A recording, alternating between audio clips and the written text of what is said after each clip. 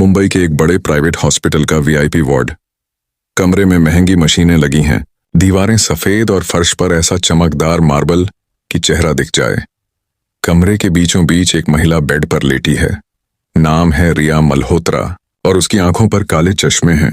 वो पिछले 3 साल से देख नहीं सकती।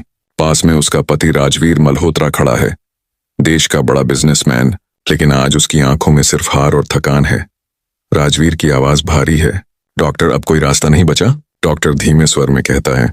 सर, हमने हर कोशिश कर ली, ऑपरेशन, लेजर, दवा, सब कर देखा, लेकिन अब उम्मीद बहुत कम है। राजवीर चुप हो जाता है। उसकी नजरें पत्नी के चेहरे पर टिक जाती हैं, जो अब सिर्फ शांत होकर आसमान की तरफ देखती रहती है, जहां उसे कुछ दिखाई नहीं देता।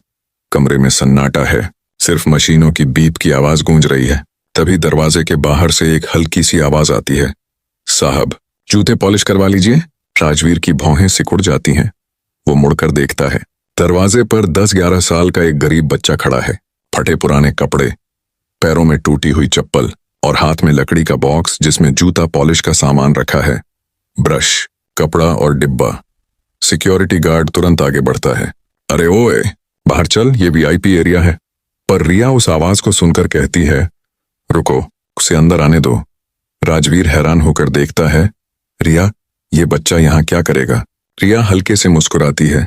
पता नहीं, पर इसकी आवाज में कुछ सच्चाई है। राजवीर कुछ सोचता है, फिर सिर हिलाता है। ठीक है, अंदर आ जाओ। बच्चा धीरे धीरे अंदर आता है।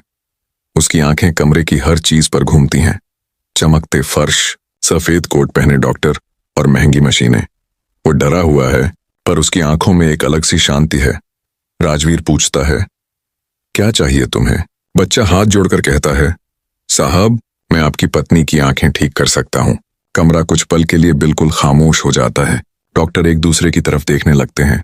किसी के होंठों पर हंसी आ जाती है। एक डॉक्टर हल्के से हंसते हुए बोलता है, बेटा, यहां दुनिया के बड़े सर्जन हार चुके हैं, तुम क्या करोगे?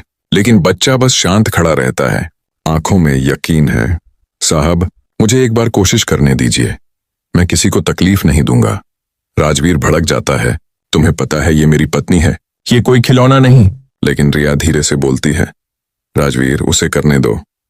जब सब कुछ खो दिया है तो अब डर किस बात का? राजवीर उसकी आंखों में देखता है। वहां एक उम्मीद की झलक है। वो कुछ पल सोचकर कहता है, ठीक है, लेकिन अगर कुछ हुआ तो? बच्चा सिर झुकाकर कहता है, कुछ नहीं होगा साहब।